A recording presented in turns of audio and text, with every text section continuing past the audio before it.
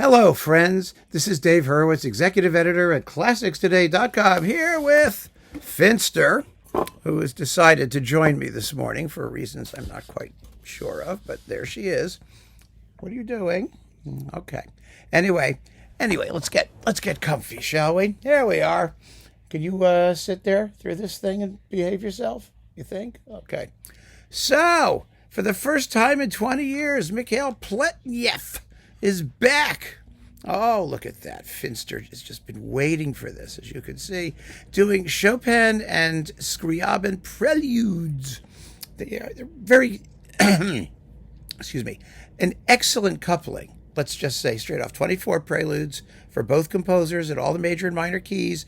The Scriabin is obviously based on the Chopin, although it sounds quite different, I think.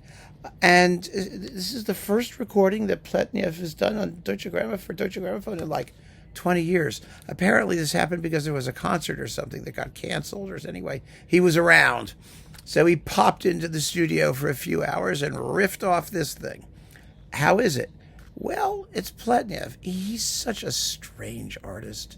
He can be amazing. He can be just weird. And this has both. The Chopin falls into the weird category. It really does. I mean, the opening, the first prelude, it's so beautiful, so improvisatory, so fluid.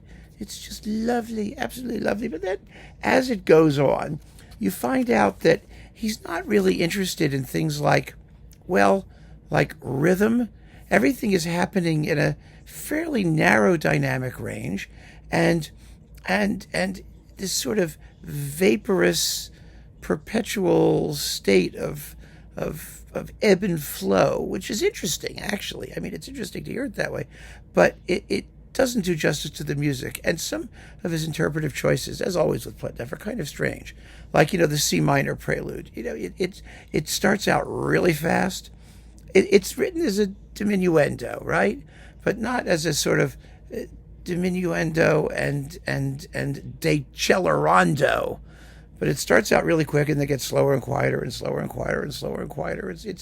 He seems to me he misses the entire character of the music in an effort to just show you how he can do a diminuendo and deceleration at the same time. My favorite prelude, which is I think it's the A flat one, number 17, right? Yeah, A flat major. Oh, it's so beautiful. The one with the bells. At the end of it, da da da da da da. I can't. I have a cold, so I can't even try. Right, Finster? I shouldn't, should I? No. So yeah, she looks at me like, ugh, what are you doing? It doesn't have the right rhythm. It doesn't have enough firmness in the bass. It doesn't. Those bass lines, da da da da da, boom, boom, da da da da da da. It has this constant forward impetus. It doesn't matter what your basic tempo is. What matters is what you do once you establish your basic tempo, and it kind of just lays there. So, and I could go on, but the bottom line is that these are very abstracted versions of the preludes. They just sort of float around without a lot of direction, I think. And I'm all for playing all 24 as a set. I think they work beautifully as a single coherent work, about 40 minutes long. So I like that approach. But when you can hear, if you compare this to people like Moravec or Arau or Argerich or the new Alexandre Tarot and Harmonia Mundi, all of those pianists have a at once more varied conception of the work and also more coherent. Perhaps because it's more varied, because there's more, tension and release and contrast and variety. I don't know. All I could say is I found this disappointing. Now the Scriabin is a different thing. Scriabin works kind of well when you take him at that sort of floaty and vaporous approach. Because, well, there are a couple of reasons. The first is that Scriabin's not really a tunesmith.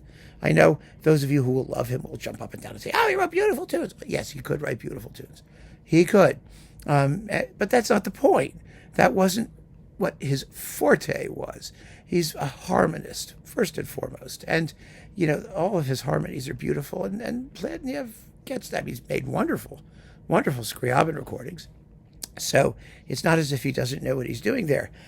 These are also sort of, on the whole, shorter, more aphoristic pieces. You know, they're based on little motives that tchotchke around, and so he's better at that. It works better when you do it that way. It works better when there's less expressive contrast in the music than there is in the Chopin Preludes. And so I think that he's more at home in Scriabin, because at heart, Pletnev is not a very outgoing pianist. Doesn't mean he's not incredibly gifted or talented, but from an expressive point of view, he's always been a little cool. For all of his interventionist stuff, there's something a little bit reserved, I think, in his playing.